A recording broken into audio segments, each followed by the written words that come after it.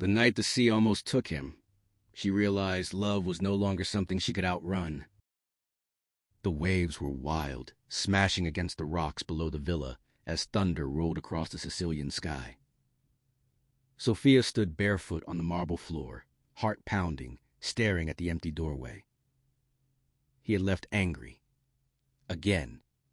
And this time, fear followed him like a shadow. When the phone rang and a stranger's voice spoke his name with urgency, the world seemed to tilt. In that moment, Sophia understood a painful truth she had been denying for years. Love was not the danger she had been running from. Losing it was. Their story did not begin with calm or kindness. It began with intensity, with fire, with two broken people mistaking control for passion and desire for destiny. Luca was powerful, guarded, carrying the weight of a past that taught him love was something you either dominated or lost. Sophia was strong in quieter ways, having spent her life fighting to be seen beyond expectations, beyond fear. When their paths crossed, it felt inevitable, explosive, intoxicating. For a while, they believed that intensity was enough. But love that burns too hot eventually scars. As the months passed, cracks formed beneath the glamour and desire.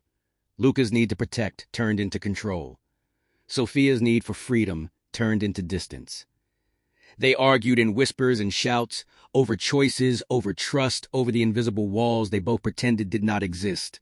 Each fight ended the same way, with apologies heavy with promises and silences filled with unresolved pain. They loved each other deeply, but they did not yet know how to love well.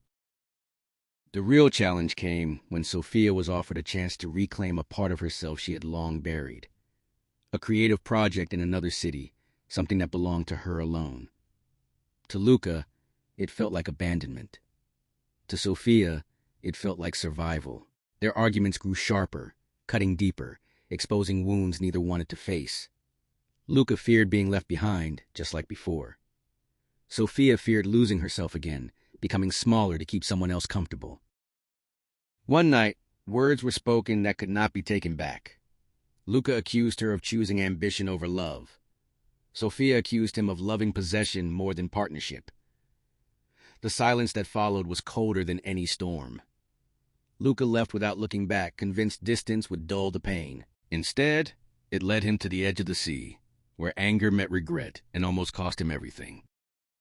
When Sophia arrived at the hospital hours later, pale and shaking, she saw him lying there, vulnerable in a way she had never seen before.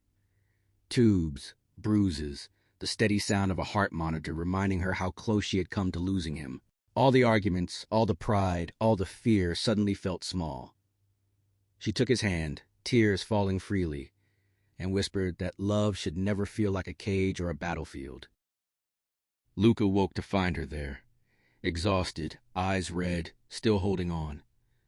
For the first time, he did not reach for control or excuses. He reached for honesty.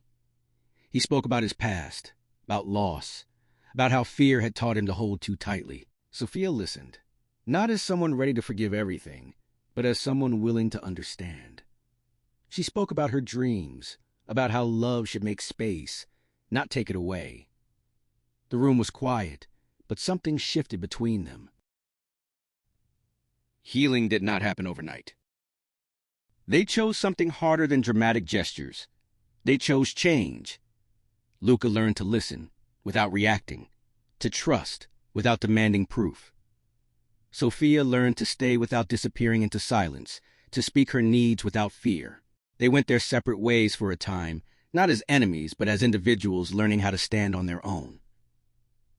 Distance, once terrifying, became the space where growth finally happened. Months later, they met again by the sea, this time under a calm sky. No grand speeches, no promises made in desperation, just two people who had faced themselves and returned stronger. They talked, they laughed softly, they acknowledged the scars without reopening them.